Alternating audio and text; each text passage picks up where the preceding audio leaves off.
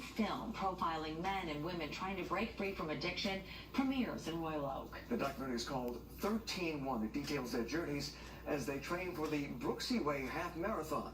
Fox News' Camila Mary with more on their battle to reach the finish line. Kyle Couch is a Metro Detroit filmmaker. His documentary 13-1 follows recovering heroin addicts as they train for a half marathon. It premieres Thursday night at the Main Art Theater in Royal Oak. I know at Grace Centers, they spend a lot of time on, spiritual recovery and emotional. I just really wanted to grab this story because I knew, man, this is really an inspirational story to tell. I overdosed and I was out for about 8 hours. The men and women profiled in the film took part in a one-year life skills program through Grace Centers of Hope in Pontiac. Training for a half marathon was part of the program. These residents, these people, were clean for under a year and decided to take this on. Ashley Eastap, featured in the film, had never run a day in her life. I was like, well, I'll give it a try, but it's never going to happen. And I got up one day, the first run we ever did was a mile, and I came home and got sick. But Ashley persevered. I really, truly believe in this story and its ability to, one, help those who are recovering, see that there is hope, and two, to really take away that stigma that is placed on a lot of people who are recovering, including myself, that says, well, they once an addict, always an addict. Kyle himself is also a recovering heroin addict. His father passed away when he was a teenager.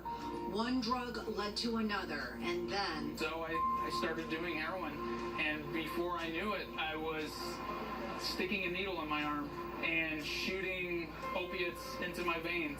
But eventually, Kyle got clean. He started running half marathons and then a marathon. Waking up and training for a half marathon and consistently sticking with it is so similar to waking up every day and sticking to recovery. And I really just saw this parallel.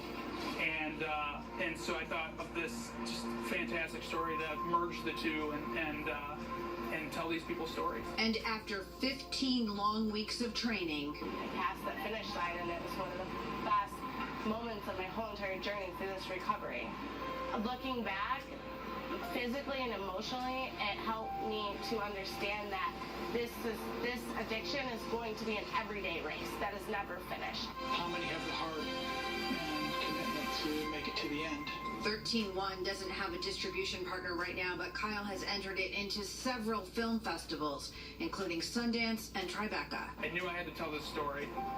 I knew it was relevant for what was going on right now, and it meant the world, and I put my heart into this story, and I really hope that shines through.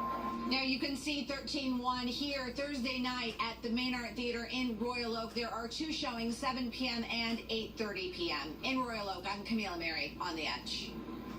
Looks like an inspiring film. Yeah, I was thinking the same thing. A lot of people maybe can be inspired to maybe run and curb some addiction themselves for that weird reason. No question. Also, in other news.